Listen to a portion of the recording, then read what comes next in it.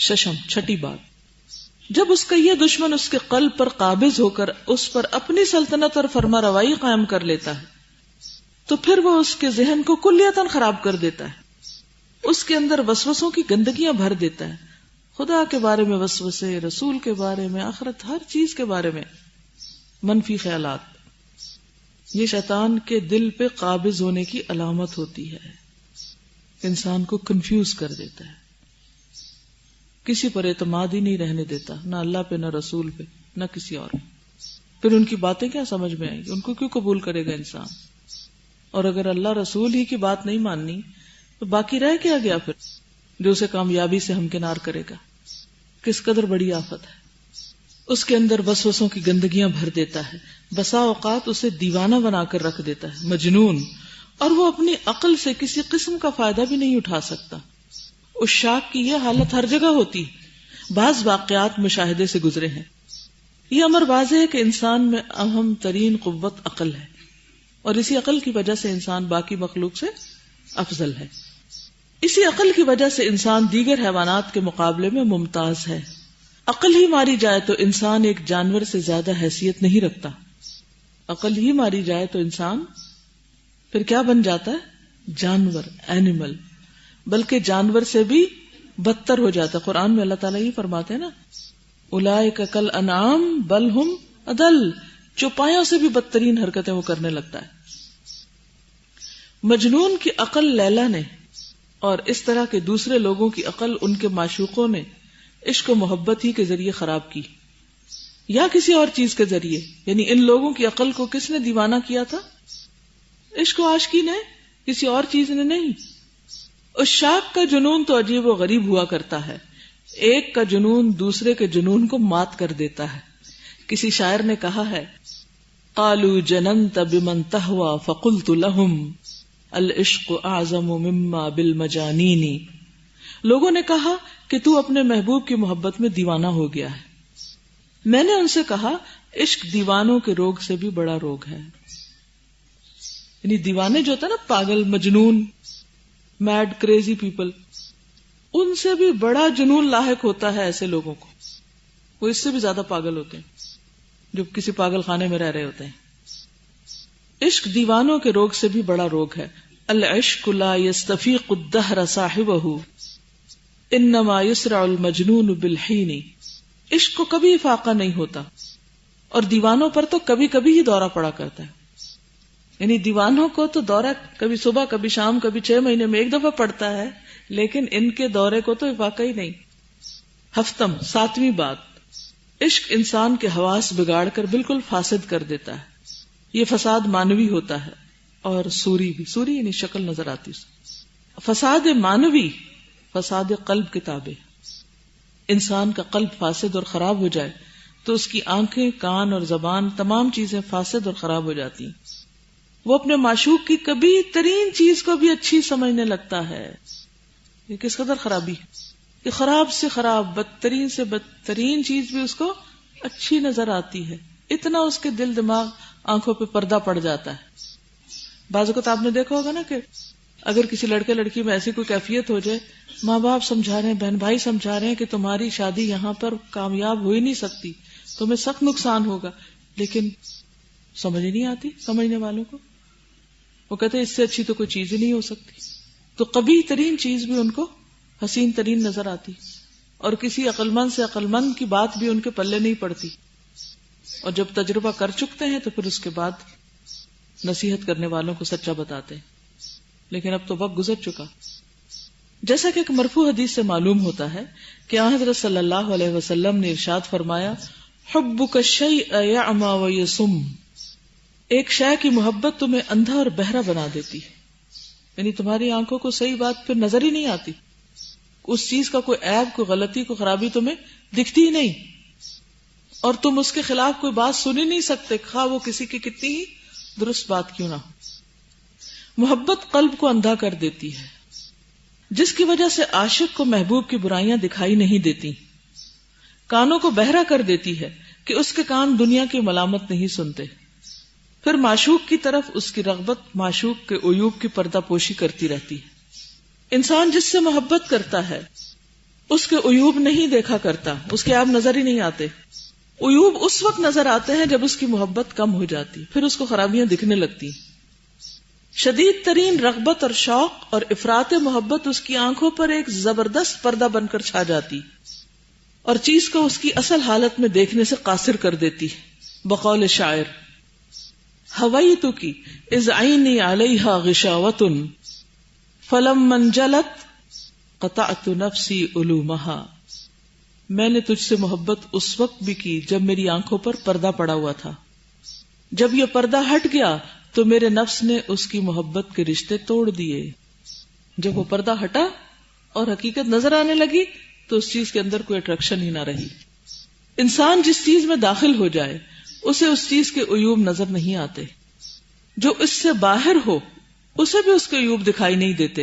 عیوب تو اس وقت معلوم ہوتے ہیں جب کوئی داخل ہو کر باہر آ جائے.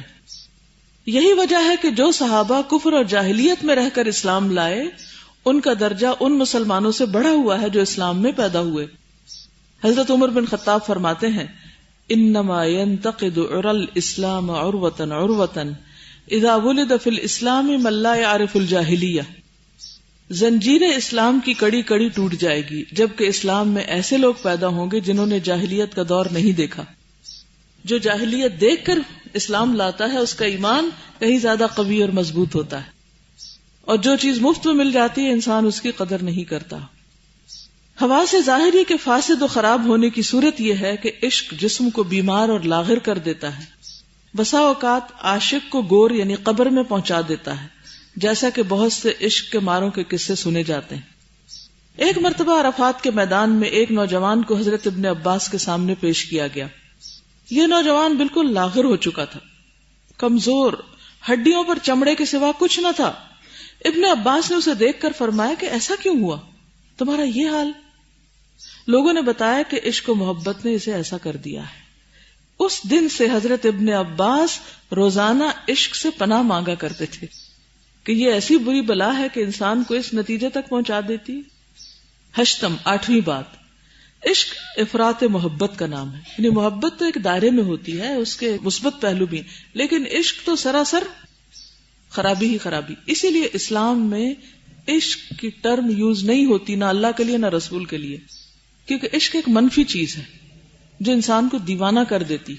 محبت جو ہے وہ ایک مثبت چیز ہے جس میں ایک اعتدال ہوتا ہے، اور پھر اس میں وہ اعتدال جو انسان کو، یعنی اگر کسی بچوں کی یا شوہر یا دوست یا کسی کی محبت ہے تو اس کو اس کے مقام پر رکھتی ہے، اور ان سب چیزوں سے بڑھ کر پھر اللہ کی محبت ہوتی. یعنی یہ نہیں کہا کہ انسان اپنے دل سے ہر طرح کی محبت کو بالکل ختم کر دے، کنڈیم کر دے، لیکن جب محبت اپنے لیول سے بڑھتی ہے، وہ اپنے اعتدال سے اوپر آتی ہے تو تباہیاں مچاتی ہے، جس کا نام عشق ہے. عشق افراط محبت کا نام ہے. محبت اس قدر غلبہ پا جائے کہ انسان کے قلب اور دل پر معشوق کی حکومت قائم ہو جائے اور اس کے خیالات، تصورات، ذکر اور فکر پر پورا قابو پا لے. اب یہ ہر انسان خود دیکھ سکتا ہے کہ کون سی چیز اس کے دماغ پر ہر وقت چھائی ہوئی ہے جو اس کو نماز میں بھی چین نہیں لینے دیتی، اور کسی وقت بھی اس کا دل و دماغ معشوق کے تصور سے خالی نہ ہو. ہر وقت اس کا دماغ ایک ہی بات سوچے چلے جائے. یہ خطرناک علامت ہے. نوبت جب اس حد تک پہنچ جائے تو پھر اس کا نفس خواطر نفسانیہ ہی کے اندر الجھ کر رہ جاتا ہے، پھر اس کی بس نفسانی خواہشات اور انہی کے بارے میں سوچتا رہتا ہے. اس طرح نفس کی تمام قوتیں معطل اور مختل ہو کر رہ جاتی ہیں، خلل آ جاتا ہے ان میں. مختل، خلل والی.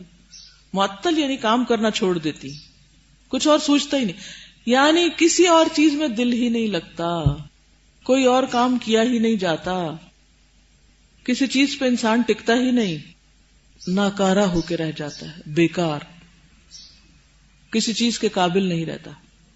مفید کاموں کے خاص طور پر کہیں استقامت نہیں آتی. آپ نے دیکھا ہوگا نا کہ کچھ لوگوں کو یہ مرض لاحق ہوتی ہے کہ وہ کسی ایک چیز پہ جمتے نہیں.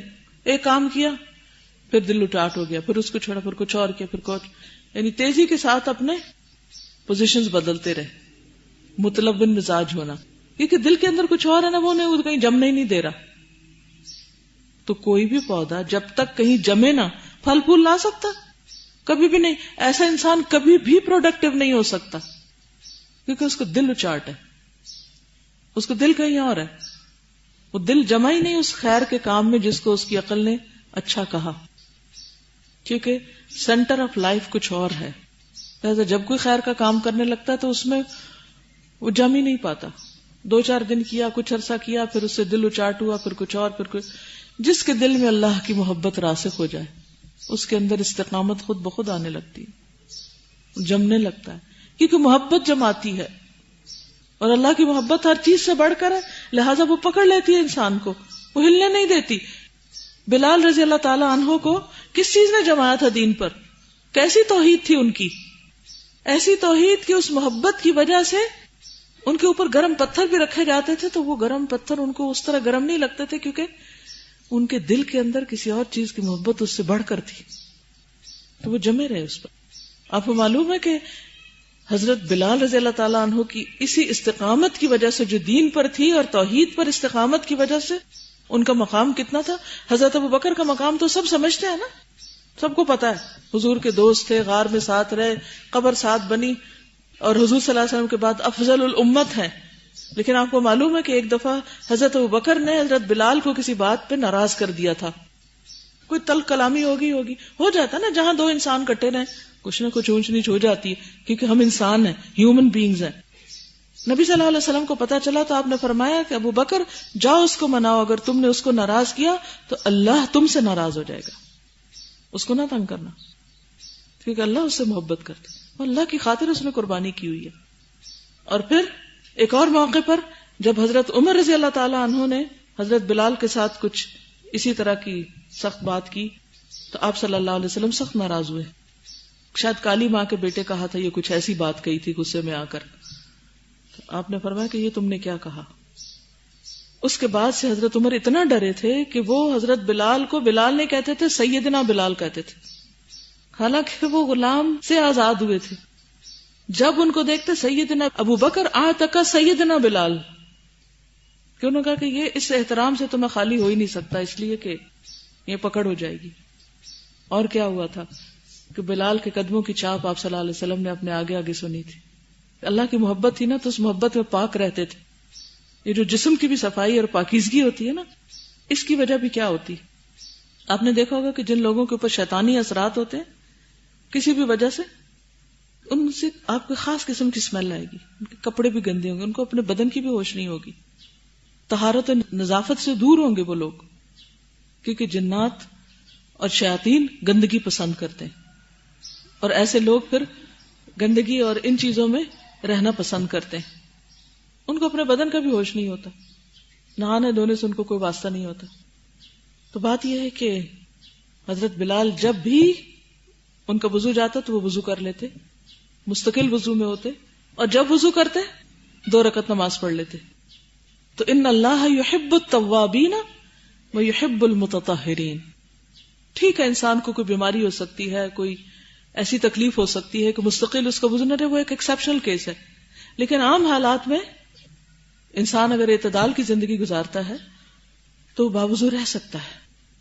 اور پھر اللہ کی محبت کب حاصل ہوتی؟ جب انسان نوافل کا اہتمام کرتا ہے، نوافل سے محبت ہوتی. پھر اللہ تعالیٰ کا وعدہ کیا ہے کہ فرائض کے بعد جب کوئی نوافل کی طرف آتا ہے، میں اس بندے کا ہاتھ بن جاتا ہوں، میں اس کا پاؤں بن جاتا ہوں، میں اس کی آنکھیں بن جاتا ہوں. یعنی پھر واقعی اللہ کی محبت اس کو حقیقی معنوں میں حاصل ہوتی ہے. اللہ کا قرب، جسے ہم کہتے ہیں نا قرب خداوندی، یہی قرب خداوندی ہوتا ہے. پھر تو سب سے زیادہ یعنی دنیا کی اور دنیا والوں کی محبت کا سب سے بڑھ کر نقصان کیا ہوتا ہے کہ انسان اللہ کی محبت سے دور ہو جاتا ہے، اور یہ سب سے بڑا خسارہ ہے. اچھا، یہ نشہ کیا ہے؟ ایڈکشن. یہ بھی اسی کی ایک قسم ہے. سگریٹ کی محبت، نشے کی محبت اس قدر زیادہ کہ اس سے انسان جان ہی نہ چھڑا سکے. تو یہ بھی شریک کر لیا نا خدا کے ایک اور چیز کو. اس تعطل اور اختلال کی وجہ سے جسم اور روح پر وہ آفتیں ٹوٹ پڑتی ہیں کہ انسان کا جینا دشوار اور اس کا علاج ناممکن ہو جاتا ہے. پھر اس کے تمام افعال و کردار، مقاصد، مطالب اور اوصاف اور اطوار متغیر اور مختل ہو کر رہ جاتے ہیں. انسان بیکار ہو جاتا ہے، کتنا بھی ٹیلنٹڈ ہو، کیا کچھ اللہ نے اس کو نہ دے رکھا ہو، اس کی کسی صلاحیت سے کوئی فائدہ نہ اس کو خود ہوتا ہے نہ انسانوں کو ہوتا ہے. اور انسان اپنی اصلاح اور بہبود سے قطعاً قاصر ہو جاتا ہے، اتنا کمزور پڑ جاتا ہے کہ اپنی اصلاح بھی نہیں کر پاتا. پھر کسی شاعر کا قول ہے، الحب اول ما یکون لجاجتا یأتی بہا وتسوقہ الاقدار. محبت آغاز میں محض ایک لہر ہوتی ہے، ایک وسوسہ ہوتا ہے، ایک لہر ہوتی ہے، ایک موج ہوتی ہے، اور پھر تقدیر اسے آگے بڑھاتی رہتی ہے. یعنی انسان اگر اس کو وہاں سٹاپ نہ لگائے تو، اور اس کو اپنے آپ کو اس کے بس پہ چھوڑ دے تو پھر اس میں انسان دھستا چلا جاتا ہے. کبھی سمندر جانے کا اتفاق ہو بیچ پہ، کبھی آپ لہروں کے بیچ میں گئے، جب آپ ذرا سا آگے کھڑے ہوتے ہیں اور ایک موج آتی ہے تو سمجھے کہ محبت کی بھی ایسے ہی موج آتی ہے. جب لہر آتی ہے تو آپ نے دیکھا کہ پاؤں کے نیچے سے ریت سرکنے لگتے اور انسان کے چکر سے آتا، سمجھ نہیں آتی کہ وہ کدھر جا رہا ہے. اور بہت سے لوگ جب اس کا شکار ہوتے ہیں نا ان موجوں کا، تو اسی وجہ سے ہوتے ہیں کہ وہ اپنے ہوش و حواس کھو بیٹھتے ہیں اس موقع پر. تو جب انسان کے اوپر ایسی ہی کوئی لہر آئے اور اس کے دماغ میں خلل آنے لگے، اس وقت اگر وہ ہوش میں آ جائے تو جس طرح اپنی جان پیاری ہوتی ہے نا، ایسے ہی اگر انسان پھر اسٹرگل کرے اور اس سے باہر نکل آئے تو ٹھیک ہے، اور اگر انسان وہاں ڈھیلا پڑ جائے، ٹھیک ہے، جو موج آئی ہے وہ بہا کے لے جائے، تو پھر تو ہلاکت کے سوا کچھ بھی نہیں. تو اس لیے موج سے سمجھے اس بات کو. حتی اذا خاض الفتى لجج الهوى جاءت امور لا تطاق کبار. یہاں تک کہ جب کوئی جوان محبت کی لہروں میں گھس پڑتا ہے تو پھر وہ حالات پیش آتے ہیں جو بڑے بڑوں کی طاقت سے باہر ہوتے ہیں. پھر ان لہروں سے اس ڈوبتے بندے کو چھڑانا اچھے اچھے ڈائیورز کے بھی بس میں نہیں ہوتا، اور جو چھڑاتا ہے وہ بھی ساتھ ہی چلا جاتا ہے. واقعہ یہ ہے کہ عشق کی ابتدا سہل اور آسان ہے، غیر محسوس طریقے سے انسان کے اندر سرایت کر جاتا ہے. عشق کا وسط اور درمیانی حصہ ہم و غم، حزن و ملال اور قلب کی بیماری ہے، اور عشق کا انجام اگر پروردگار عالم کی مہربانی نہ ہو، وہ عنایت اور دستگیری نہ فرمائے، ہمارا ہاتھ نہ پکڑے، اس دلدل سے نہ نکالے، تو پریشانی، تباہی، ہلاکت اور موت ہے. اب انسان خود سوچ سکتا ہے کہ وہ کس سٹیج پر ہے. کسی شاعر نے کہا ہے، وَعِشْ خَالِيًا فَالْحُبُّ أَوَّلُهُ غِنًا وَأَوْسَطُهُ سَقْمٌ وَآخِرُهُ قَتْلٌ. خالی ذہن زندگی گزارو، ایسے کسی چکر میں نہ پڑو، کیونکہ محبت کی ابتدا پریشانی ہے، وسط بیماری ہے، اور انجام موت ہے. کسی اور شاعر کے بقول، تولع بالعشق حتى عاشق فلما استقل به لم يطق. عشق کے خارے زار میں اس نے گھسنے کی کوشش کی تاکہ عاشق ہو گیا، یعنی اس رستے پہ چلا، اس کو بھی بیماری لگ گئی. جب عشق نے اس کے اندر مستقل جگہ بنا لی تو اس میں برداشت کی طاقت نہ رہی، پھر اب نکل ہی نہیں پاتا، سٹیمنا ہی کم ہو گیا کہ وہ اس سے باہر آئے. رأى لجة ظنها موجة فلما تمكن منها غرق. اس نے ایک لہر دیکھی، گمان کیا کہ ایک موج ہی تو ہے، لیکن جب اس نے قابو پا لیا تو غرق ہو کر رہ گیا، کیونکہ موج کے اوپر موج آتی ہے. انسان اوپر کی موج سے، یہ چھوٹی سی چیز، اگر آپ کنارے رہ کے موجوں کو دیکھیں نا، تو جب وہ ساحل پہ آ کے وہ ریت کے اندر چلی جاتی ہے تو لگتا ہے کہ کچھ بھی نہیں، ان کی کیا طاقت، ان کی کیا جان ہے. اسی سے تو دھوکا کھا کے انسان اس کے اندر جاتا ہے اور اس کو پتہ نہیں چلتا کہ ایک موج کے اوپر ایک اور موج انسان کو ہلاکت کی گہرائیوں میں لے جاتی.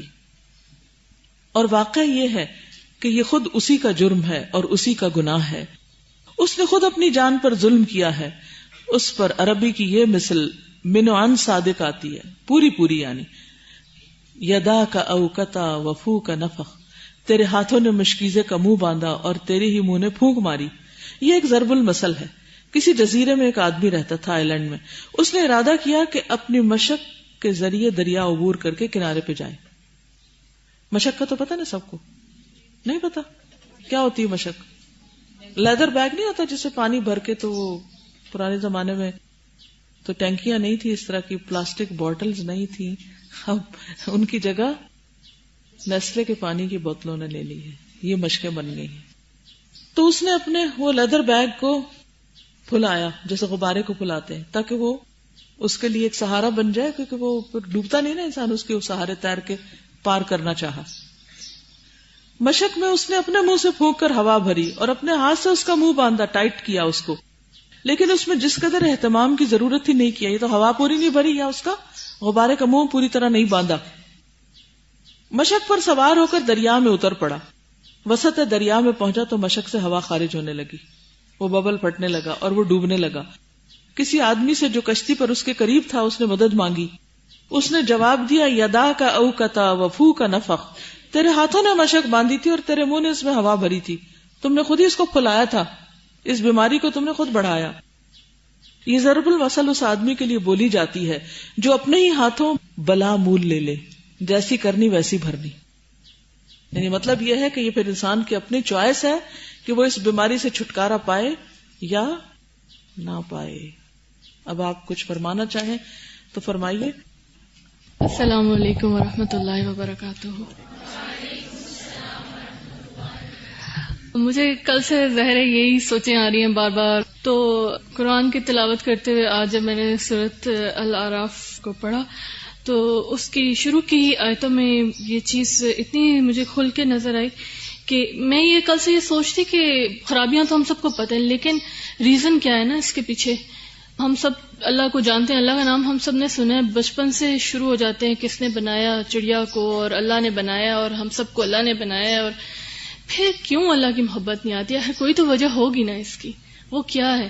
تو وہ مجھے اس میں مل گئی کہ حضرت آدم اور حضرت حوا کو جب شیطان نے پھسلایا تھا تو اس نے کہا کیا تھا ان کو؟ اعوذ باللہ من الشیطان الرجیم, بسم اللہ الرحمن الرحیم. وقال ما نهاكما ربكما عن هذه الشجرة الا ان تكونا ملكين او تكونا من الخالدين. اس نے مسٹرسٹ پیدا کیا تھا پہلے اللہ کے بارے میں کہ تمہیں اس وجہ سے اس درخت کے پاس نہیں جانے دے رہے کہ کہیں تم فرشتے بن جاؤ گے یا پھر تم ہمیشہ زندہ رہو گے. اس کی لذت تو بعد میں یا باقی چیز اس کے فائدے کیا بیان کیے ہوں گے, اور پھر خود اپنے بارے میں کیا کہا کہ قسمیں دے کے یقین دلایا کہ میں تمہارا خیر خواہ ہوں. تو جہاں بھی یہ والی ڈیزیز ہے بالکل دھوکے کے ساتھ, اور یہی دھوکہ ہوتا ہے کہ جب جو بیلنسڈ قسم کی محبتیں ہیں جب ان سے ہی ہم لوگ اتنے مسٹرسٹ کا شکار ہیں. پیرنٹس کو اپنا سب سے نمبر 1 دشمن سمجھتے ہیں, حالانکہ وہی نمبر 1 ویل وشرز ہیں, خواہ وہ کتنے ہی کم علم دنیاوی لحاظ سے کیوں نہ ہو. پھر سورۃ الاعراف کی مجھے ابھی آیت یاد آئی کہ وہ جو قصہ بیان کیا جاتا ہے نا, وَاتْلُ عَلَيْهِمْ نَبَأَ الَّذِي آتَيْنَاهُ آيَاتِنَا فَانسَلَخَ مِنْهَا فَأَتْبَعَهُ الشَّيْطَانُ فَكَانَ مِنَ الْغَاوِينَ وَلَوْ شِئْنَا لَرَفَعْنَاهُ بِهَا وَلَكِنَّهُ أَخْلَدَ إِلَى الْأَرْضِ وَاتَّبَعَ هَوَاهُ. اور جو خاص طور پہ جو اگلے ورڈز ہیں, فَمَثَلُهُ كَمَثَلِ الْكَلْبِ إِن تَحْمِلْ عَلَيْهِ يَلْهَثْ أَوْ تَتْرُكْهُ يَلْهَثْ. وہ جو رونے والی بات تھی نا کہ جب اس کو مل جائے وہ محبوب تب بھی وہ رو رہا ہوتا ہے, نہ ملے تب بھی رو ہی رہا ہوتا ہے.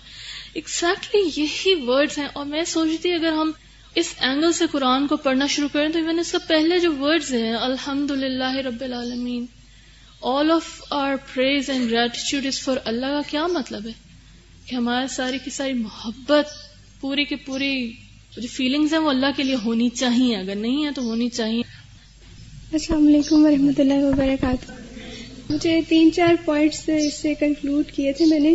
ایک کہ یہ کہ ہر انسان کا ایک سینٹر آف لائف ہوتا ہے, اور اگر نہیں ہے تو چیک کریں اس کو بنائیں, کیونکہ سینٹر آف لائف کے گرد ہی آپ گھوم رہے ہوتے ہو, پتہ نہیں چلتا کہ کیا ہے, لیکن جہاں پہ موسٹلی آپ کا ذہن دھیان یا عادتیں جاتی ہیں اس کو چیک کرنا چاہیے. جیسے زمین ہے وہ اپنے گرد بھی گھومتی ہے اور سورج کے گرد بھی گھومتی ہے. تو یہ مثال اس لیے مزے کی لگی کہ ہم اپنی ذات کے گرد بھی گھوم رہے ہوتے ہیں, اور جس سے عشق کرتے ہیں, جس چیز سے, جس شخصیت سے, اس کے گرد بھی گھوم رہے ہوتے ہیں. اور اگر بیلنس نہ ہونا تو دوسروں کو ٹکرے مارنے لگ جاتے. تو بیلنس ان چیزوں میں بہت ضروری ہے کہ اپنے گرد بھی گھومنا چاہیے. اگر اپنے گرد گھومنا بند کر دیں گے تو اس کے گرد بھی نہیں گھوم سکیں گے جس کے گرد ہم نے گھومنا, سینٹر آف لائف. اور اس کے بعد مزے کا جو پوائنٹ تھا کہ اللہ اور انسان کی محبت جو ہے نا, کسی بھی شخصیت پرستی کی ہم بات کرتے ہیں وہ ایک دل میں اکٹھی نہیں رہ سکتی ہے. تو ایک اساتذہ کے لیکچر میں ایک بڑے مزے کی بات تھی کہ دنیا کے بارے میں کہا تھا کہ اے دنیا تیرا تھوڑا تو تھوڑا ہے, تیرا زیادہ بھی تھوڑا ہے. تو یہ بات اگر سمجھ آ جائے تو پھر کیا پتہ ہم اس شخصیت کے حصار سے نکلنے کی کوشش کر لیں. اور اسٹرائکنگ بات یہ تھی کہ انسان ثابت قدم نہیں رہتا. انکنسسٹنسی چونکہ میرے اندر خود ہی بڑی خامی ہے، تو مجھے بڑی اسٹرائک کری کہ ثابت قدمی اور صلاحیتوں کے ہونے کے باوجود بیکار بیٹھے رہنا. تو ایسے لوگوں کو ایک تو خود بھی انالائز کرنا چاہیے کہ وہ اپنی صلاحیتوں کو صحیح استعمال نہیں کرے. دوسرا جو پہلو کے ساتھی ہیں نا، ان پہ بھی فرض بنتا ہے کہ وہ اس طرح کے لوگوں کو ہائی لائٹ کریں اور ان کو ہیلپ آؤٹ کریں، کیونکہ خود تو اس میں سے نکلنا بہت مشکل ہو جاتا ہے.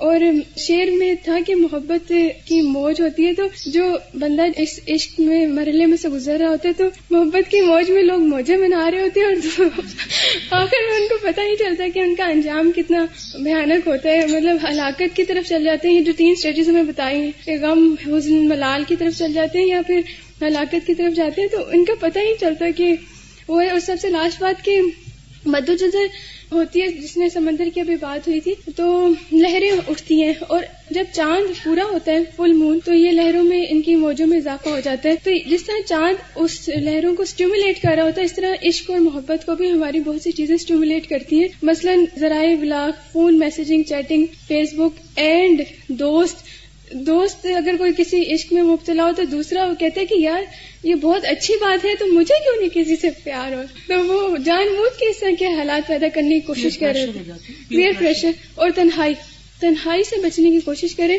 کیونکہ بندہ سوچ کے پریشان ہوتا ہے کہ میں اب کیا کروں، اور اس سوچ میں ہی وہ پھر غلط کام کرنے کی کوشش کر رہا ہوتا ہے. السلام علیکم. اس سب کو پڑھ کے مجھے یہ فیل ہو رہا تھا کہ ہم نے سینٹر آف لائف تو بنایا ہے، لیکن وہ ہمارا سینٹر آف لائف یہ ہے کہ جلدی سے شادی ہو جائے، ایسی جگہ ہو جائے، اور جب شادی ہونے لگتی ہے تو پھر ایک دوسرے سے ٹپس پوچھ رہے ہوتے ہیں کہ مجھے ٹپس بتاؤ کہ بھئی میرا ہسبینڈ میرے قابو میں آ جائے، اور وہ بس میرے علاوہ تو کچھ اور دیکھ ہی نہ سکے. تو اب اس کا سمپل سولوشن کیا ہے کہ مطلب اللہ کی معرفت ہو، اللہ سے ہم دعا کریں، اللہ سے کہیں کہ ہماری جو ہے نا وہ محبت ہمارے ہسبینڈ میں ڈال دے. سمپل سا سولوشن ہے. اتنی جو ہر وقت ہم کہہ رہے ہوتے ہیں، دین کا ہم نے یہی بنا لیا ہے. ایکچولی جب انسان اللہ سے سب سے بڑھ کر محبت کرتا ہے تو اللہ تعالیٰ اس بندے کی محبت پھر ہر ایک کے دل میں ڈال دیتے ہیں، اور شوہر کے دل میں بھی ضرور ڈالیں گے. السلام علیکم. میں آپ لوگوں کو اس بات کی طرف توجہ دلانا چاہتی ہوں کہ محبت کو جو ہمارے معاشرے میں نا ہے وہ بہت زیادہ خوبصورت کر کے پیش کیا جاتا ہے. جیسے ہی بچے اسکول میں جاتے ہیں نا تو سب سے پہلے اس کو جو سنڈریلا کی سٹوری سنائی جاتی ہے، اس میں اتنا خوبصورت اس کا ڈریس بتاتے ہیں، اور پھر اس کو یہ بتا دیتے ہیں کہ ایک پرنس آئے گا اور اس سے شادی کر لیتا ہے. تو بچے اسی وقت سے شروع ہو جاتے ہیں، گھروں میں جاتے ہیں تو ایک پرنس بنتا ہے، ایک سنڈریلا بن جاتا ہے، اور وہ وہیں سے ان کی پھر جو ہے مائنڈ اسی چیز پر ورک کر وہی بنے رہتے. پھر بعض دفعہ یوں بھی ہوتا ہے فیملیز میں، میں نے دیکھا ہے کہ جو ہوتے ہیں بڑے کزنس ہوتے ہیں یا پیرنٹس بھی ایون، وہ کیا کرتے ہیں کہ چھوٹے بچوں کو دوسرے کے نام سے چھڑنا شروع کر دیتے ہیں. وہ پھر بچے جو ہوتے ہیں نا بہت زیادہ اریٹیٹ بھی ہو جاتے ہیں، اور کچھ جو ہوتے ہیں وہ ادھر ہی ان کے مائنڈ میں یہ ہوتا ہے کہ ہاں ہم جب بڑے ہوں گے تو ہماری ہی شادی ہوگی. پھر ان کی زندگی کا یہی مقصد بن جاتا ہے کہ ہم نے اسی کو حاصل کرنا ہے. اور پھر جب اور ذرا بڑے ہوتے ہیں تو پھر فرینڈز ایسی مل جاتی ہیں. اس کے علاوہ ویلنٹائنس ڈے پہ جو اتنے خوبصورت تحفے اور کارڈز اور پھر شعر و شاعری اور یہ سب کچھ جب جمع ہو جاتا ہے نا تو پھر انسان واقعی ہی اللہ سے غافل ہو جاتا ہے. اسے یقین ہی نہیں ہوتا شاید کہ اللہ تعالیٰ ہیں، اگر ہے بھی تو وہ مانتا نہیں، کیونکہ اسے سامنے جو نظر نہیں آ رہا وہ وہی دیکھتا ہے جو بس وقتی طور پر جہاں سے وہ تسکین حاصل کر سکتا ہے نا، وہ اسی چیز کو لے لیتا ہے اور پھر اپنے دل کو سکون پہنچا لیتا ہے. بس مجھے یہی کہنا تھا. جزاک اللہ. السلام علیکم. میں کل سے اس بات کو سوچ رہی تھی کہ ہماری سوسائٹی میں یہ چیز کیوں اتنی زیادہ ہو گئی ہے کہ اس طرح غیر اللہ کی محبت یا کوئی ایسے ہمارے پاس ذرائع ہو گئے جس کے ذریعے سے ہم اللہ تعالیٰ سے بہت زیادہ دور ہو گئے ہیں. آخر مین ریزن کیا ہے؟ تو مجھے اس کی یہ بات سمجھ آئی کہ ذکر، کسی بھی چیز کا ذکر جو ہوتا ہے، جب ہمارے بیچ سوسائٹی میں انٹرنیٹ کا بہت زیادہ ذکر ہونا شروع ہوا تو اسکولز میں چھوٹے چھوٹے بچے ایک دوسرے کو بتا رہے، کالجز میں تو دوسری جو اسٹوڈنٹس ہیں ان کو بھی تھوڑا ہوا، انہوں نے گھر آ کے کہا کمپیوٹرز آ گئے، آہستہ آہستہ کمپیوٹر کا پورے معاشرے میں آ گیا. لیکن جو اس کی وجہ تھی پیچھے اس کا ذکر تھا. پھر اس کے بعد جو یہ بوائے فرینڈس کا کانسیپٹ ہو گیا، یہ پسند ناپسند سارا ادھر ادھر کا جو ہے، تو اس کے بھی ذکر کی وجہ سے وہ ہمارے معاشرے میں زیادہ پھیل گئے. اب جو یہ ہم سیکھ رہے کہ اللہ تعالیٰ کی محبت ہمارے اندر ہونی چاہیے، سب سے پہلے اس کو ہم اپنے اندر کریں گے. پھر اس کا یہ ہے کہ ہم اس کو ایک دم سے معاشرے پہ اپلائی نہیں کر سکتے، تو ہمیں بھی اس طرح کرنا چاہیے کہ اس چیز کو پوری طرح سمجھ کے اپنے ذہن میں اس کو ایک آرگنائز کرنا چاہیے. اور اس کا ذکر آہستہ آہستہ کرنا چاہیے. ہم جتنا زیادہ اس میں ذکر کریں گے وہی لوگ ہمارے قریب آئیں گے جو ہماری طرح کی اس قسم کی مطلب بات یا جو بھی اس طرح کا اس کو علم ہو وہ آئیں گے. پھر جب ہمارا سرکل اس سے بڑا ہوگا تو اس میں جب ہم ذکر کریں گے وہ سرکل مزید بڑا ہوگا مزید بڑا, اور سرکل ٹو سرکل ہمارے معاشرے میں پریویل کر جائے گا. آہستہ آہستہ ہوگا. لیکن میں یہ کہنا چاہوں گی کہ اصل بات یہ ہے کہ قرآن شفا ہے, عشق مرض ہے اور قرآن شفا ہے.